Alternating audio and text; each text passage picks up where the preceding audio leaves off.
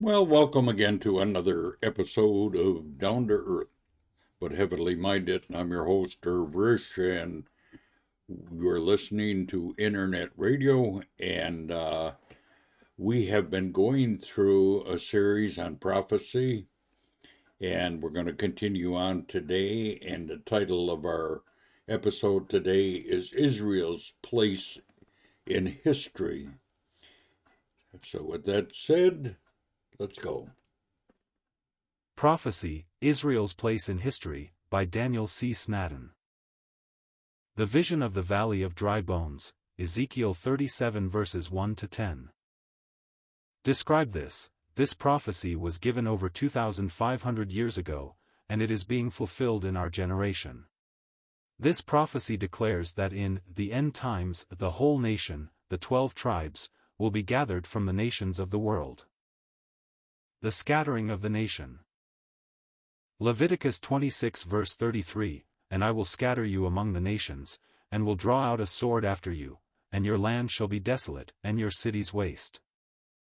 Leviticus 26 verse 38, And ye shall perish among the nations, and the land of your enemies shall eat you up. Babylonian captivity, final dispersion, AD 70, note again the accuracy of biblical prophecy.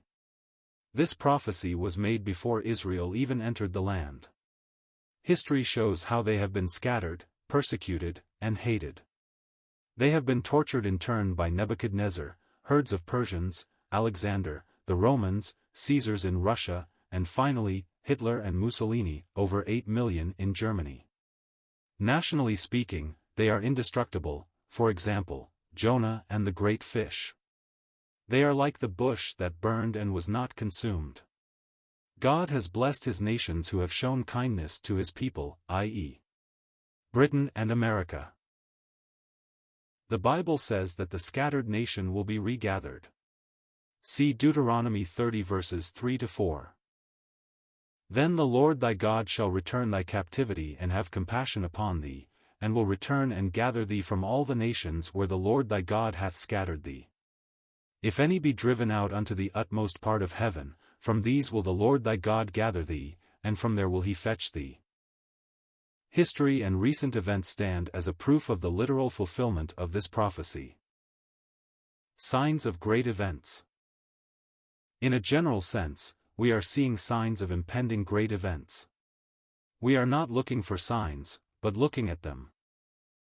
An increase in wickedness, wisdom, and travel. Wars and rumors of wars. Moral decay. Earthquakes. Racial hatred. The revival of the Roman Empire, common market.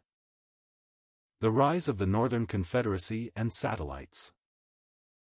The flourishing of the times. These signs pale in comparison to the momentous events in the Middle East and the revival of the State of Israel. The dry bones are beginning to come together, the sinews and flesh have formed upon the skeleton, the skin, which contains the nation, is holding them together. One thing remains to be done: they need the breath of God. They need a spiritual renewal rather than a political one. The house of Israel, Ezekiel 37 verses 11 to 14. From the passage we learn that these dry bones are the whole house of Israel. They lay in an open valley, the nations of the world, and there are many of them. As Ezekiel prophesied and looked, there was a noise among the bones. There was a shaking among the bones. The bones came together. Flesh and sinews covered the bones. Skin covered the body. One thing more remains to be done. They need the breath of God, a spiritual revival. Express some thoughts on the regathering here. The two sticks, Ezekiel 37 verses 15 to 22. In Ezekiel 37 verse 16, we see that one stick was to represent Judah, the other Israel.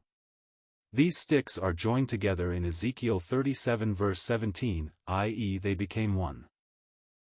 The history behind the two sticks. Let us review history here and see how there came to be two sticks. When King Solomon died, Rehoboam, his son, became king over Israel, the 12 tribes. Solomon had imposed heavy taxes. The people asked for some relief, but instead of decreasing them, he increased them. This caused an insurrection, the result being that the 10 northern tribes seceded from the 2 southern tribes, Judah and Benjamin. This separation exists today. 150 years later, the Assyrians defeated the northern kingdom, the 10 tribes, and took them away into captivity. These tribes never returned to their own land, but instead were scattered among the nations of the earth. Speculation as to who they are. 80 years after this, Nebuchadnezzar captured Judah, 2 tribes, and held them as prisoners for 70 years. Then a remnant, some 40,000 of them, returned to Jerusalem and under Zerubbabel, Nehemiah, and Ezra, and built the city. The Jews today are the descendants of these 2 tribes. Where are the lost 10 tribes? They have been lost in the nations, but at the right time, they will emerge from the nations and return to Palestine under the direction of God. How near is all this to completion? One can almost see the end. Before the consummation of all, this one great event must take place. For the rapture of the church, see 1 Thessalonians 4.